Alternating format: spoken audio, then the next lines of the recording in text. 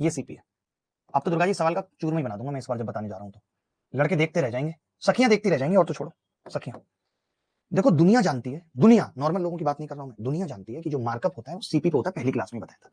यानी कि ये +16% है, जो भी है आप चाहो तो कुछ भी +16% है, ठीक है भाई, ध्यान से समझना। प्रॉफिट भी सीपी पे होता है और वो 7 है, तो +7%। मैं ये कह रहा हूं ये दिल्ली है, ये आगरा है, 16 किलोमीटर चलने पे यहां पहुंचता हूं, 7 किलोमीटर चलने पे यहां पहुंचता हूं, तो अगर और 9 किलोमीटर चलता हूं तो यहां पहुंच जाऊंगा, 9 और 7 16, बताओ पहुंच जाऊंगा। क्लियर बात है। आपने ये कहा कि डिस्काउंट 5%, यानी एमपी से यहां तक का रास्ता 5 है, तो मैं ये भी कह सकता हूं कि अगर ये कह रहा है तो ये 5 और 9 तो बराबर होनी चाहिए क्योंकि दूरी सेम है, लेकिन ये जो 9 है ना ये सीपी का है और ये जो 5 है वो एमपी का, डिस्काउंट एमपी पे। तो मैं ये कह रहा हूं कि भाई सीपी का 9% बराबर एमपी का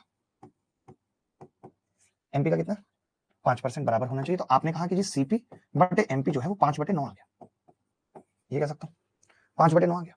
अच्छा मैं ये कह रहा हूं, मैं ये सब भी ना कहूं, मैं ये सब भी नहीं कह रहा, अब तो मैं ये भी नहीं कह रहा, अब तो मेरा दिमाग ही ठनक गया, अब मैं इतना भी नहीं कह रहा, मैं तो बस इतनी सी बात कह रहा हूं कि ये 16 और ये 9 तो सेम है भाई, क्योंकि दोनों सीपी के हैं, और आप कह रहे हो कि हमने 288 ज्यादा मार्क किया है, यानी मैं ये कह रहा हूं 16 की वैल्यू है जी 288, और मुझे इस 9 की बतानी है जी, तो एक की 16 एकम 16 128 और 9 की निकालनी है मुझे 162। रिंग रोड पे गाड़ी भगाते हैं ऐसे हम, समझे, ये होते हैं तरीके।